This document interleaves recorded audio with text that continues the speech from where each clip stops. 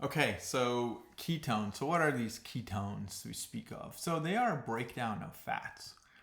And the reason your body or one's body may be doing this is because there's not enough glucose to make energy. So thankfully, our bodies are very clever and they have many redundant mechanisms to continue to power the brain and the organs. And so you can use ketones to make energy. The problem is if you end up with more ketones than you can sort of handle, you don't feel great. You feel crummy, you might get nauseous, you might get crampy, stomach pains, etc. And so we want to be cautious of this because the reason you end up with ketones is there's not enough insulin in the system. So this is sort of our sign of something's the matter and we need to take action.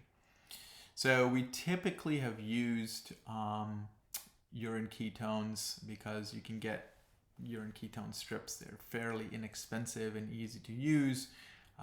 Essentially, get urine on them as described here in the slide. And what you end up doing is comparing the tip of it will change color, and you compare that color to the control that's on your tube, not necessarily what's on this slide or on your paper, but what's on your actual tube. And you want to try to avoid anything that's moderate or greater. Okay, so we can tolerate. We love negative. Negative's great. We can tolerate trace and small. If it's anything bigger, moderate or large, then we worry.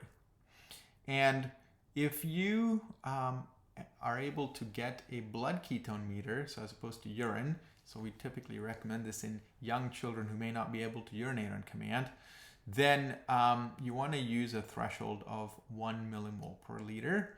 So it'll just read 1 on your blood ketone meter. Blood ketone meters are kind of like glucometers.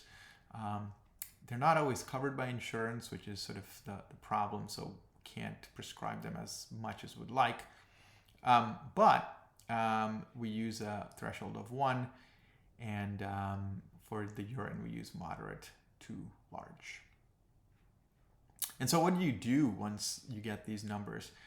So if it's moderate or large, then you need to keep giving corrections with a rapid-acting insulin every couple hours, and also have the child stay hydrated. We typically say 8 ounces in small sips over an hour, and that should help flush the ketones out, and the insulin should help the body stop making ketones. Now, you have to make sure that the child's blood sugar is high enough to correct. So for example, if the blood sugar is 80 or 90 or 100, you cannot give insulin because it will drop the blood sugar too much, and then you'll end up very low. So again, talk to your healthcare team, your doctor, but you want to make sure blood sugar is high enough to correct, and if it's not, talk to your team and they'll teach you how you can do it.